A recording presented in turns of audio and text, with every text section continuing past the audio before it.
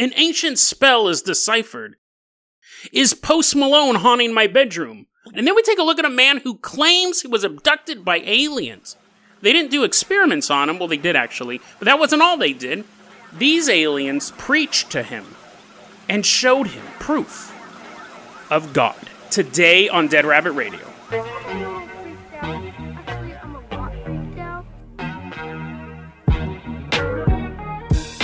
Hey everyone, welcome back to another episode of Dead Rabbit Radio. I'm your host, Jason Carpenter. I'm having a great day. I hope you guys are having a great day too. You heard the introduction. We got a ton of stuff to cover. First off, I want to give a shout out to our newest Patreon supporter, Jason F. Jason, thank you so much for supporting the show. Really, really helps out a lot. You're going to be our captain, our pilot, whatever vehicle we're taking this episode. You will be in charge. If you can't support the Patreon, that's fine too. Just help get the word out about the show. Really, really helps out a lot. Before we go anywhere, I want to revisit yesterday's episode and talk about how just amazing you guys are as an audience. Yesterday I had an episode about the JINN, and I talked about a spell where you could summon a JINN. And I said I tried running it. Supposedly it was written in Arabic and a JINN dialect is how it was described.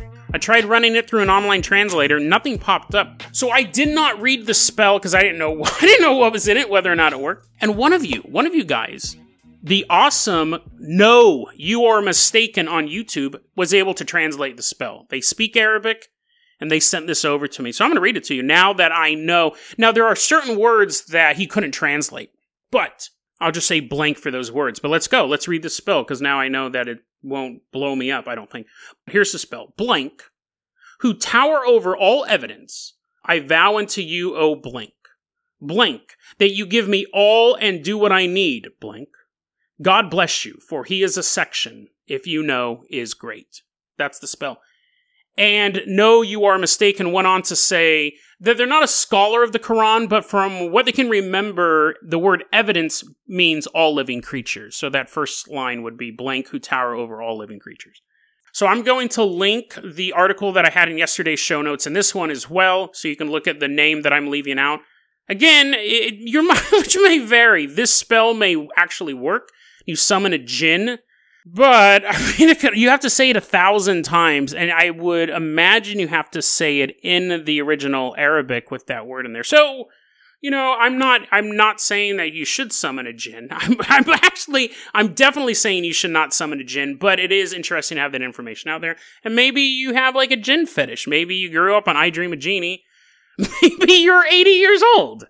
Or maybe you don't have to have a fetish to practice the magical arts. Maybe you just want to have a wish fulfilled, which is probably more people. They're like, Jason, why do you think of genie equals fetish from a television show that came out in the 60s? I don't know. I wouldn't summon a JINN. I wouldn't summon a genie. I really wouldn't summon anything. But our next story. Whoa, did you like that segue? Jason F. Let's fire up that Dead Rabbit dirigible and then walk back to my place, because we're not going to use it just yet. Lots of teases, lots of fast stuff this episode. Yesterday I talked about, I think my apartment's haunted by Post Malone. What I generally do is I wake up and I spend 2 hours a day in the morning finding stories to talk to you guys about. That's really where I'm really just going for stories, and then later on I'll do deeper reads into them and things like that. I listen to music the whole time, and recently I've been on a Post Malone binge. What I noticed yesterday was when the radio was off, and my apartment was quiet, little asterisks there, I could still hear Post Malone music. To be specific, it was Post Malone-esque music. He has a very interesting style. It has the energy of a hip-hop song with the singing of a lullaby. It's it's almost trance-inducing music. It's very, very interesting. I do enjoy Post Malone's work. So when the radio wasn't playing, and I could still hear a Post Malone-esque song, I could hear the music. And I could hear the words. I couldn't make out the words, but I could hear them. I could hear someone was saying something. I immediately go, okay, great. I've finally gone insane. I check my phone to make sure it's not playing. I check my laptop to make sure there's nothing in the tabs. I actually grab my radio that I use to Bluetooth it to, and I'm holding it to my ear. I can hear the music. I don't know where it's coming from. So I had to do some research before I went to the emergency room. When I said it was quiet with an asterisk, there was another thing going on. I have an air conditioner in my bedroom, because that's the closest outlet I could find. Then I have 3 fans that triangulate the air out of my bedroom and onto my body. There's a thing called audio pareidolia. And it's the same thing, you know, when you look up at the sky and you can see a cat floating around. It's not a real cat. It'd be awesome if it was. Everyone would be a cat owner. Or maybe not. Maybe it'd be like, no, come home. They're all flown away. Our brain is a pattern recognition machine. So if there is white noise, our brain can perceive music. Because I had trained my brain over the past couple days just listening to nothing but Post Malone. When it was off and I was just researching and I had the fans going on, the fans were making the music because I was just hearing. But I full on heard. And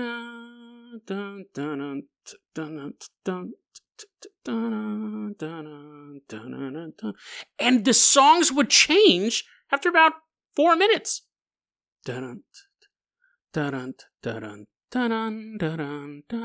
It would be a different song, different quote-unquote lyrics. Like, I couldn't tell you what it was saying, but I could. You know how when you hear someone playing their music really loud, but they're 3 houses down? That's what it sounded like. I couldn't make out the words, but I could tell it was a song.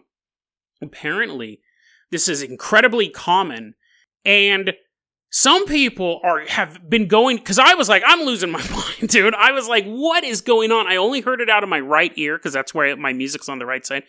I was like, have I damaged my hearing? Am I going insane? Did I summon a jinn? And they're stuck in my ear. What is going on? Apparently, this is so common, and some people have it for years. And this one guy was saying that when he was in World War II, he was on like a plane. He was on a transport plane. And he noticed that on these long flights, when the engine was just, and the wind against the metal of the plane, and German gunfire, he said he could hear the sounds of male choirs or classical music. Some people say they can actually, not only can they pick the genre, they can actually pick what the next song is going to be. They can go, I want something a little more upbeat. And they've trained their brains to be able to have their internal jukebox. It's a very, very interesting story because a lot of times Pareidolia gets brought up when people see like demons in the smoke from the World Trade Center being collapsed. I didn't know it could be this advanced. Where I could actually hear different songs play the length of what a song normally is, and then would switch to another song. I went to bed, and when I woke up, it was gone, thankfully. But if it pops back up, you know, I'll try that trick. I'll try to pick a different song, or be like, I wonder what Britney Spears is putting out today, and then get some Britney Spears song. I don't know. I didn't know it could be that advanced. I know that if you look out and you see a dark shape in the middle of the forest, you may go, oh, that's Bigfoot. Oh, wait, no, that's just a shrub. Or you're in your bedroom and you wake up and you go, oh no, someone's in my bedroom. And then you realize, oh no, someone is in your bedroom, run. But on the off chance it's not tonight and there's not really a burglar in your bedroom, usually it's just a hat stand because you live in the 1940s and you threw your trench coat over the top of it. If it can be this advanced where I can hear lyrics and music, could that account for, like, moving ghosts? Could that account for shadow men? Could that account for UFOs? In the absence of other stimuli or white noise stimuli, a heightened sense or a sense of relaxation? Could it explain all sorts of paranormal events?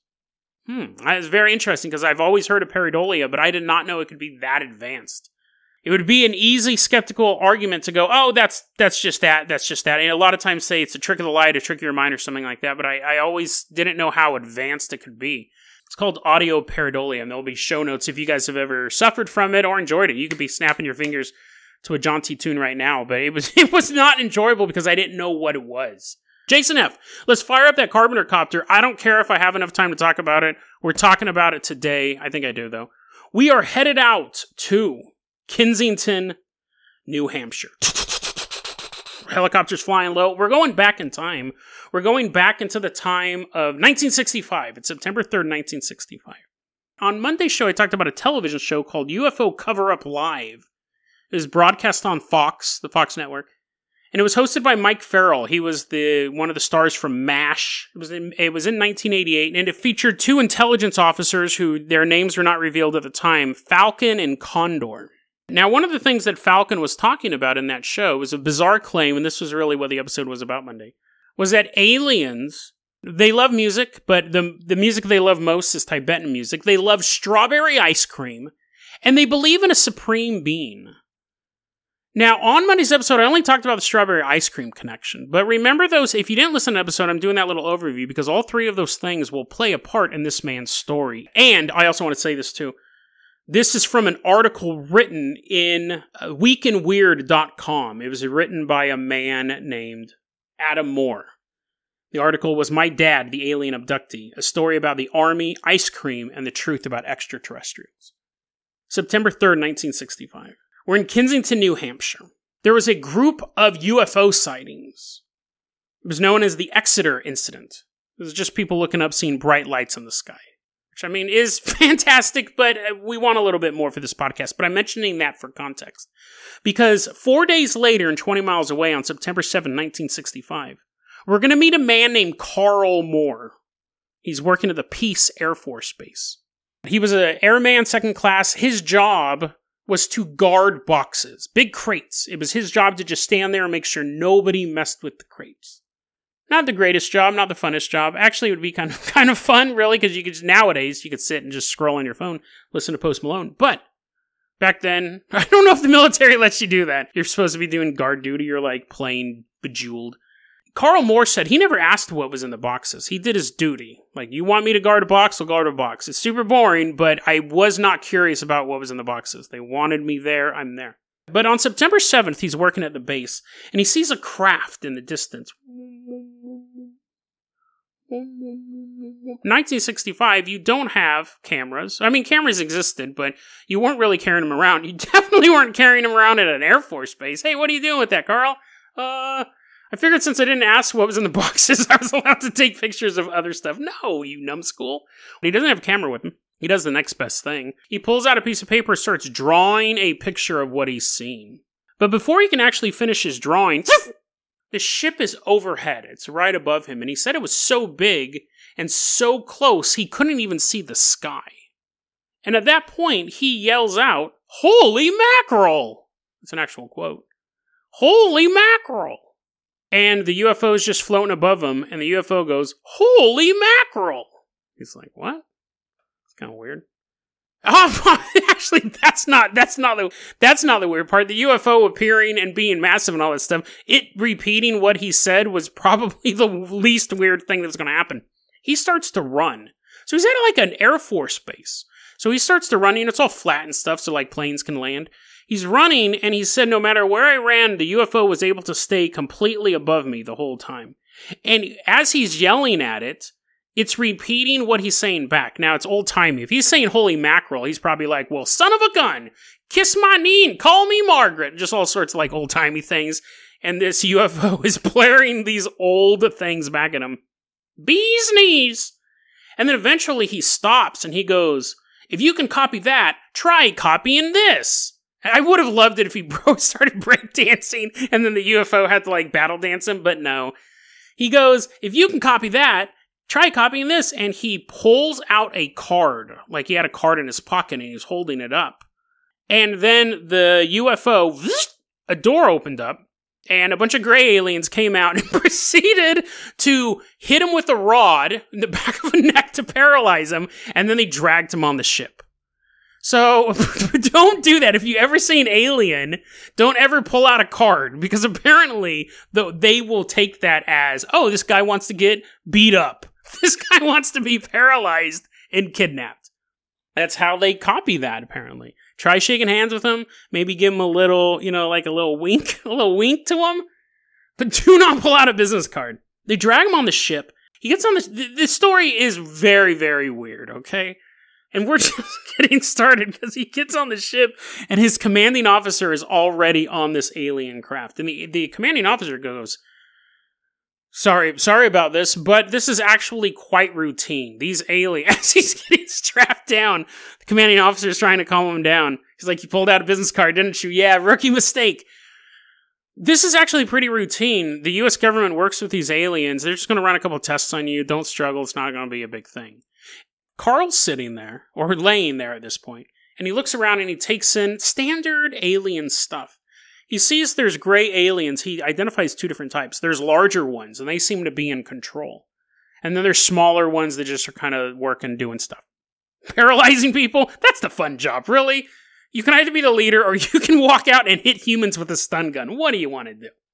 He said that the big alien was talking to him and was just kind of trying to project images into his head. And he goes, I felt like I could dismiss them away, like I could wave them away, like I was actually seeing their true nature. So it's possible that they were trying to create either false memories or a time skip, erase everything that's going on. It's also possible that his commanding officer may not have been on the ship at all. That could have been the large alien at first, projecting himself as a commanding officer because it's someone who is so dedicated to the service that they won't even ask what's in the box. What's in the box? They won't ask that. It's just crates of Gwyneth Paltrow's head. Just crates as far as the eye can see, Gwyneth Paltrow's head. That's possible. But then he goes, I kept feeling like the lead alien was trying to put images in my head and I was able to push them away. Now, he was abducted several times, though. This wasn't the only time he was abducted. And they were doing testing on him and things like that. The commanding officer's like, oh, I got to get to work, honey. Yeah, Carl's about to get abducted again. I got to give him the speech. Oh, yeah, I know. Just another day working for the U.S. military. Commanding officer's just smoking cigarettes all day long in the back of the ship. He's like, actually, it's a pretty cozy job. I wish I was able to stun people in the back of the head. Through the testing, they revealed to Carl he has a behavior disorder. And that the left side and the right side of his brain weren't communicating well. No spoilers for those of you who know what that means. I'm saving that to the end. He remembers telling his son, because he tells his whole story to his son. He remembers telling his son, the gray aliens did not want to be touched. They would refuse to be touched. We've had other stories where people have touched gray aliens. Sometimes it feels reptilian. Sometimes it feels like plastic. Sometimes it feels like fleshy. But he said they refused to let me touch him. And the son asked him what he thought that meant. And here was an interesting quote from Carl. Quote, we could just all of a sudden go effing nuts on them and kill them. They're just the same as we are. I mean, flesh and bone. You know what I mean? If I was them, I'd be afraid of us. I'd be scared to death of us. Unquote. He'd spent so much time with these aliens that he saw them as biological beings. Some people think that they're demons. Some people think that they have some sort of ethereal quality to them. But really, if they're aliens, they would basically be organic material. Organic material can be pulverized with a baseball bat. He says on his adventures, he actually meets a greenish-gray alien. We've come across those as well. Gray alien is more of a body type. They're usually gray, but we'll see different variations of that, from green to greenish-gray to light gray as well. She's a woman. She's a woman alien. He gets the idea that it's a woman for a couple of reasons. One, she says she's female. Two, the eyes were shaped differently. He said normally the gray aliens had these teardrop-shaped eyes. Tell me if this makes any sense to you, okay? Maybe I'm wrong on this, but he said the male aliens had teardrop-shaped eyes, and then the female aliens had almond-shaped eyes. What's the difference between that? Isn't an almond basically a teardrop-shaped nut? But anyways, apparently it's a difference. And he says that the female alien had straight, bright red pubic hair. I just imagine like one of those boar bristle brushes in the most uncomfortable place you can have one of those. That's weird, right? Like, I guess, like, you see a bunch of gray aliens walking around and you get used to that, but then one of them just happens to have a bunch of pubic hair. Sharp, bristly pubic hair. I guess I'm adding in sharp and bristly, but it stands straight out. Like, I don't think it would be super comfortable to touch. But anyways, this green-gray alien actually develops not really like a sexual relationship with this dude, but he really likes her. Yeah, he speaks very fondly of her. He tells his son, I wish you could have met her. He would have liked her. He thinks back fondly to this female alien. And there was a time on his adventure, she said her arms didn't work that well. So he was asked to feed her a strawberry push pop. Remember those delicious, oh, they're so good. Those delicious, they have like the cardboard tube and then you push the popsicle up. Eat them up. Back in 1965, those were brand new. That was the height of technology. So he would feed this alien a push pop, a strawberry ice cream push pop. That's the first callback to Monday's episode. He goes, there was also, at a certain point, a Nordic was on board, which are the tall, blonde hair, blue-eyed alien species. He got to know this guy pretty well. And on one of his many abductions, because this was happening over a period of time, he walks into a room and he said there were countless alien species in there. He goes, about 25% of them were Nordics, but I saw all sorts of different species. And he goes, it kind of struck him because they were just all seemed to get along. All these different species of aliens were just kind of just chilling in this UFO. Everyone was hanging out. They have one thing to bring them together. They all love to paralyze humans in the back of the neck with a stick. But they also had another thing to bring them together. More important thing to bring them together. He would ask them questions. He would ask the aliens questions, and they got used to him. It seems like because he had this behavior disorder, that they just go, we'll still run tests on this guy, but it doesn't seem like we can erase his memory and things like that. He'd have these long discourses with the aliens. He says, but one question he asked in particular changed everything. At one point, he's in the room with the aliens, and he goes, what's the smallest particle in the whole universe? You guys are scientists. You guys have figured everything out. What's the smallest particle? And he said, the room came abuzz with excitement. Let me read you this quote here. Quote, it was a question that he noticed got an immediately different response than anything he'd asked previously. That response was an eagerness to share, not unlike that of a religious person's desire to respond to questions about their faith. The aliens, all of them, had a religion of sorts, because they believed that the smallest particle was a living organism, and since it made up the whole of the universe itself was alive, unquote. So that is very interesting because, again, in Falcon's testimony, when he was on this show, he talked about the strawberry ice cream. He talked about they believed in a supreme being. And here we have this man, Carl Moore, in 1965, being abducted. And it is the being. It's the only being. It's the universe itself. And we are the universe. The space between the stars is the universe. All time, all space, all energy contains the smallest particle that binds us all. It doesn't separate us. That would be amazing, actually, if you think about it, because you could have a reptilian, and you could have a Nordic, you could have a gray, and you could have a conformer. You could have all these different alien species, right? They may have different political agendas, they may have different social agendas, but if they all believed in the end they were connected, not separated, but connected together.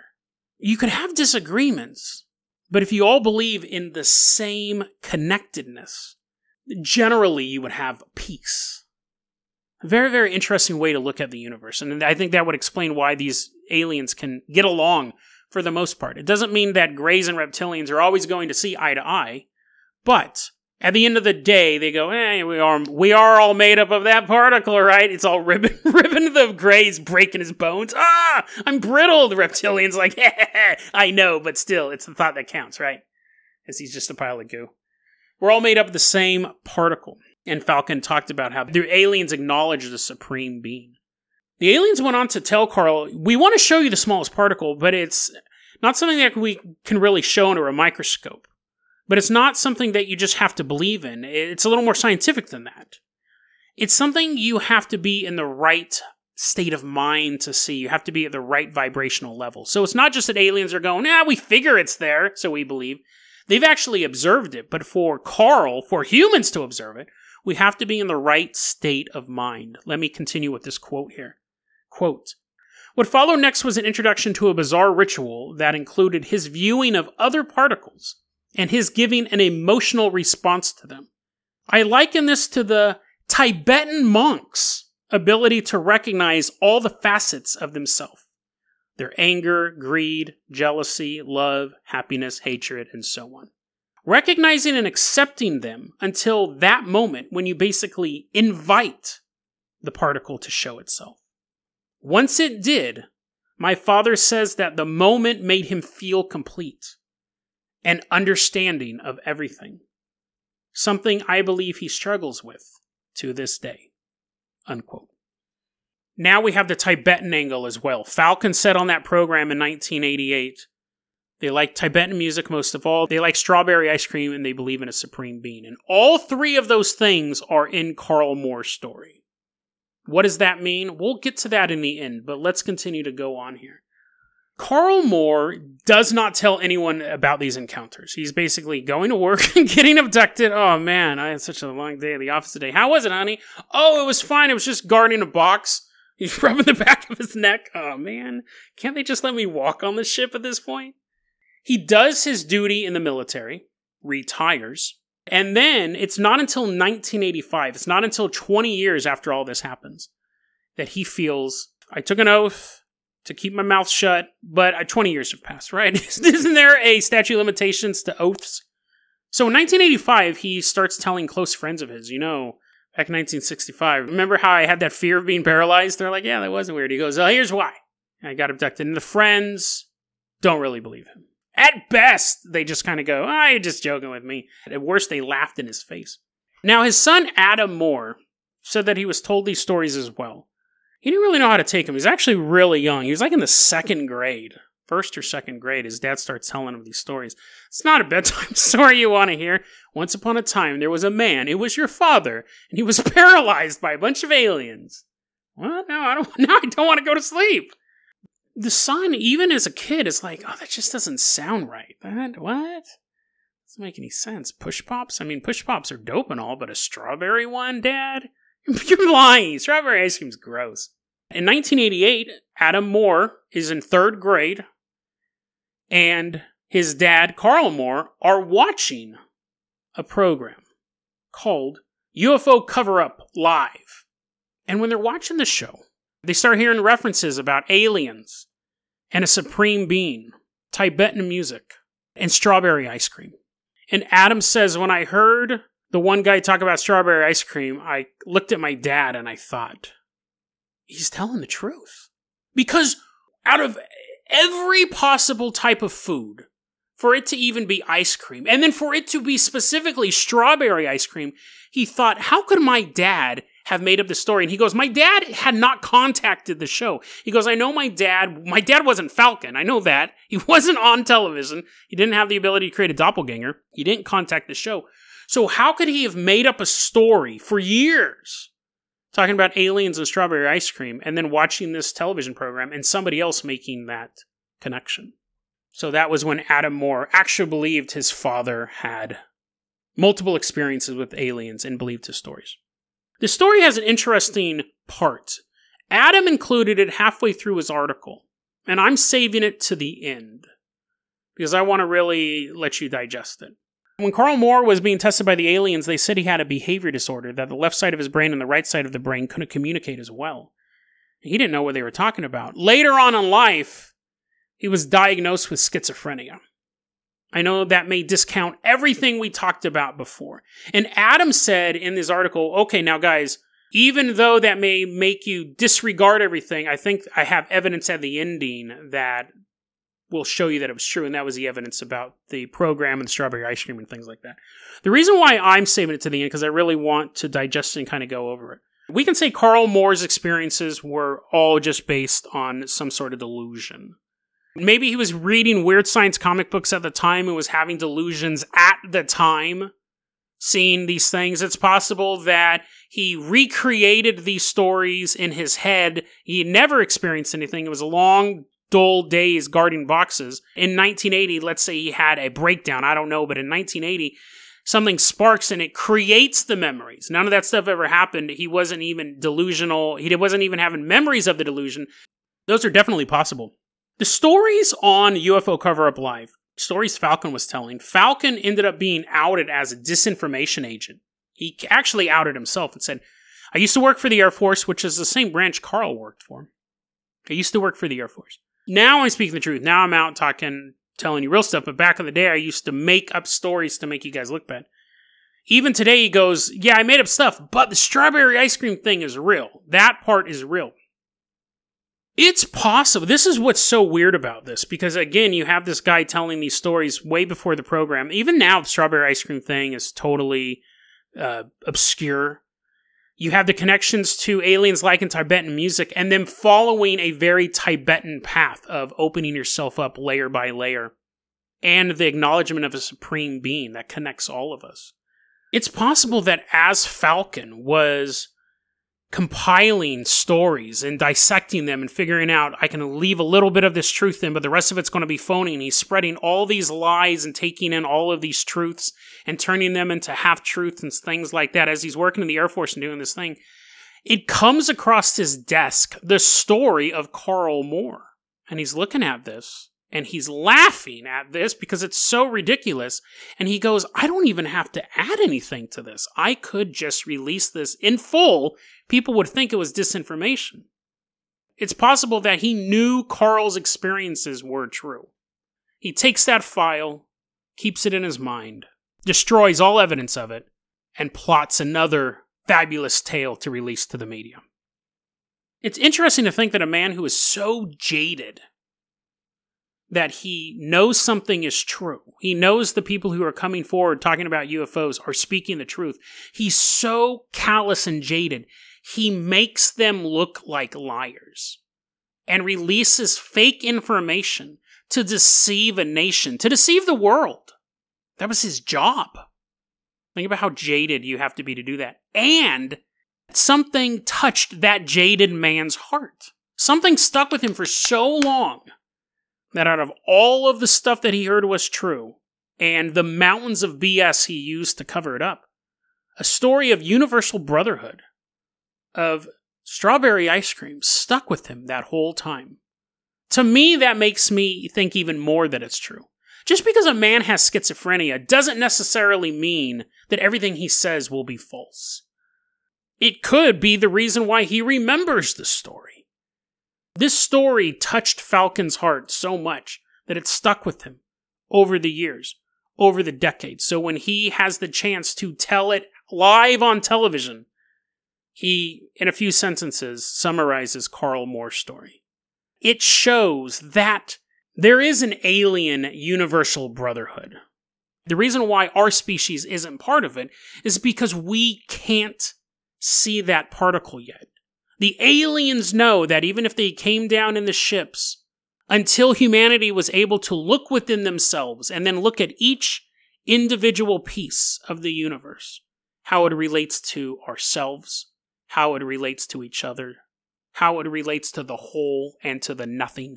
All the disclosure, all the alien ships, all the flashy ray guns wouldn't mean anything. Humanity is always on the verge of separating. We're always on the verge of pushing the other away. Would you want to have first contact with a group of people like that? Would you want to announce your existence to a group of people who can't look at the smallest particle because they can barely look at themselves in the mirror? Think about it. Humans are so far behind alien evolution, not just technologically, but spiritually. If this story is true, we're not even close. Humanity is basically the universe's equivalent of your loser sister-in-law at this point. Everyone else has gotten their act together but us. We're still trying to figure things out. We're still trying to find our vision. And the rest of the universal family is, they're trying to be nice to us, but behind closed doors, they're just kind of shaking their heads and being like, get it together. You're 4 billion years old. It's time to grow up. That's the reason why aliens don't make first contact. It's the same reason why you don't call your friend who's always bumming money off of you. Who wants to make first contact with someone who doesn't have their life together, especially at the age of 4 billion? Aliens know that first contact isn't just them coming down and us shaking hands and exchanging business cards.